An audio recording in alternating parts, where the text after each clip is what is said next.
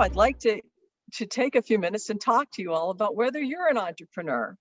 So this is a quiz I've developed. I use it with students quite a bit. I give a talk at a business school in the UK every year, and a lot of the students are interested in entrepreneurship. And I ask them to think about themselves in the light of these questions. And this is based primarily on my own experience. There isn't a lot of academic study about who the entrepreneurs are and what they're in terms of their personal qualities. But let's start with the first one. Do you always think there is a better way to do something? Mr. Don's parents, when he was a child, had a nickname for him. They called him the efficiency expert. And I think that was probably a well-earned nickname. So there are people who just look at things and think, I think I could improve that. I think there's a better way forward. I think that is a hallmark of an entrepreneur. Now, the next point has already been brought up a little bit. Are you willing to do just about anything, even if you don't know much about it? I can't tell you how many times I had to sit down and study something and figure out how to do something I'd never done before because there was no one else to do it. And I think most entrepreneurs will tell you that they have to do the same thing.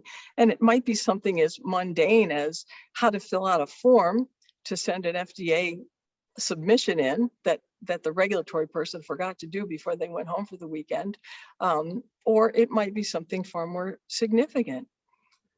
So there's this willingness to sort of explore broadly and to trust yourself, to work hard and to figure things out. Now, there's another really important point. You can do everything right in biotech. You can conduct your trials properly. You can do all your science correctly.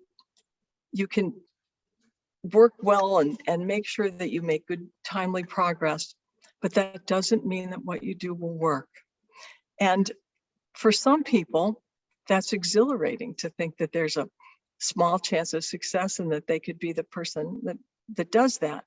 But other people might like a more well-defined path. And I want to point out, these are not right or wrong answer questions. This is more of a self-assessment question. There are people who like to know that when they go to work, there's a path of work they can do. If they do it and do it well, that's successful. And that's a good thing. And there are lots of jobs where that's really important. And we need people to do that work.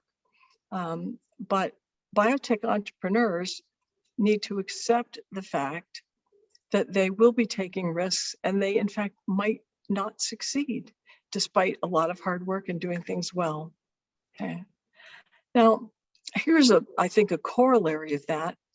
Do you like to take on new tasks or do you prefer routine? And by routine, I don't necessarily mean boring routine, but I mean, for example, having a kind of position where you have a set of skills and a really good body of knowledge, and you know that you can apply yourself using those on a regular basis. And that's satisfying to a lot of people. I think, for example, a lot of legal work might fit in that category. Other people say, oh, I've been there, I've done that. I'd like to try something new. And they just can't imagine doing the same thing over and over.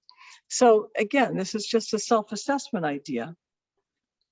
And let's move on to a couple of things that I think are really key. Can you accept rejection and failure? Whenever I would go to an investor meeting, before I went in to the meeting to begin the talk, I would always think to myself, I don't expect them to buy any shares today. I don't expect an investment. And then when I entered the meeting and I found out they were already shareholders or that they'd planned to place an order, for example, if it was a stock offering, I would think, well, that's really great. You know, that's something that I didn't expect, that's going really well, and it's just what we need. So I didn't expect to be perfect. I didn't expect to succeed at everything I tried. What I expected was the last point, which is to keep trying until something worked. And I also remember sitting with two very distinguished cancer researchers in the UK in the early days of antibodies. And this was actually before rituximab was approved, which became this really wonderful cancer therapy that's done so much for the world. And the two of them told me that antibodies would never treat cancer, especially solid tumors. And they were very eminent, very distinguished scientists. I was trying to convince them to do some work with us. And, I just looked at them, I said, we really believe that antibodies will do that. And we believe our technology will make that happen. Now, 20 years later, of course, there's nothing more important right now for cancer treatment in terms of new therapies than monoclonal antibodies. And there have been so many of them.